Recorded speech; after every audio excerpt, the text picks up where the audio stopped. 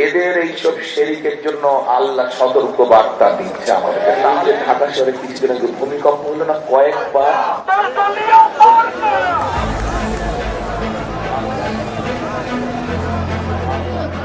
প্রতিপক্ষকে ঘায়েল করতেও ধর্মীয় শব্দের ব্যবহার, কখনো মুনাফিকি, কখনো শিরকি, কখনো বা মুফতি বলে চলে রাজনৈতিক আক্রমণ। বিলেত থেকে মুফতি ফতোয়া দিয়ে দিচ্ছেন যে কিডা মুশরিক আর কিডা কাফের। শুধু তাই নয়, নির্বাচন এলেই রাজনীতির অঙ্গনে শুরু হয় ধার্মিকতা প্রদর্শনের হুড়োহুড়ি। সারা বছর মাথায় টুপি উঠুক বা না উঠুক, ভোটের মাঠে নামতেই তাদের মাথায় টুপি স্থায়ী হয়। পোশাক বদলায়, বক্তব্যে ঢুকে পড়ে ধর্মীয় উক্তি। ধর্মীয় বিশ্বাস থাকুক বা না থাকুক, ভোটের মাঠে প্রার্থীরা যেন হয়ে ওঠেন সাচ্চা ধার্মিক। যদি হাত পাখা পুক্তিকে ভোট দেন, তাহলে ভোটটা পাবে আল্লাহর নবী। আমরা ধানের শীষে ভোট দিলে আমরা জান্নাত পাবো। জান্নাতের মালিক আল্লাহ, অবশ্যই মহান সৃষ্টিকর্তা, আর ভোটের মালিক জনগণ। দাড়িপাল্লা মার্কায় আপনারা ভোট দিয়া একবার আল্লাহরে খুশি করবার লাগি। কুরআন ও সুন্নাহর বাইরে কোনো আইন আমরা করতে দেব না। রাজনীতির এই সংস্কৃতি দেশে নতুন নয়, বেশ পুরনো। ধর্মনিরপেক্ষতার বুলি আওড়ানো আওয়ামী লীগ 1996 থেকেই নির্বাচনী পোস্টারের উপরে আল্লাহু আকবার বা আল্লাহ সর্বশক্তিমান শব্দের ব্যবহার করে।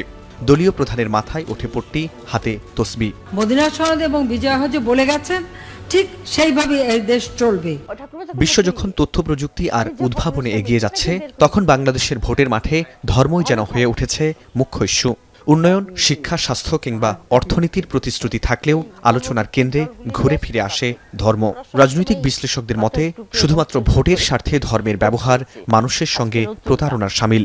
যারা লিবারাল ডেমোক্রেসি প্র্যাকটিস করে তারাও বলে যে আমরা শারিয়া আইন লাগবো, কারণ এবং তারাও টুপি পরে, তারাও তসবিহ হাতে নেয়, তারা তখন ধর্মটাকে ব্যবহার করে। তারা ওই সময় লেবাস পরে, হিজাব পরে, হাতে তসবিহ নেয়।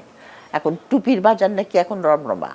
তবে ধর্মের এই ব্যবহারকে পুরোপুরি অস্বাভাবিক মনে করেন না রাষ্ট্রচিন্তক কবি ফরহাদ মোজাহার। তার মতে, দেশের নির্বাচনী ব্যবস্থায় যখন প্রশ্নবিদ্ধ, তখন প্রার্থীরা ভোট আদায়ে ধর্মকে হাতিয়ার হিসেবে ব্যবহারের সুযোগ পান। যে কোনো রাষ্ট্র গঠনে, যে কোনো জীবনের যে কোনো সিদ্ধান্তের ক্ষেত্রে ধর্ম তো থাকবে। যারা করছে আমি তাদেরকে তো সব গানে করবো। ও তো আপনি যে নিয়ম তৈরি করেছে সে নিয়মের মধ্যে সে খেলছে, আপনি নিয়মটা বদলান না। বর্তমান প্রেক্ষাপটে দুর্নীতি দমন, নিরাপত্তা নিশ্চিত করা, শিক্ষা ও স্বাস্থ্য খাতের উন্নয়ন এবং প্রযুক্তিতে অগ্রগতির বিষয়গুলোই ভোটের মাঠে প্রধান আলোচ্য হওয়া উচিত বলে মনে করেন রাজনৈতিক বিশ্লেষকরা। দুর্নীতি প্রথম হওয়া উচিত, আর দ্বিতীয় হওয়া উচিত নিরাপত্তা। মানুষ নিরাপত্তাহীনতায় ভুগছে। বিশ্লেষকদের মতে উন্নয়ন আর সুশাসনের প্রশ্নের বদলে ভোটের স্বার্থে ধর্মের ব্যবহারই রাজনীতির সবচেয়ে বড় দুর্বলতা হয়ে উঠছে।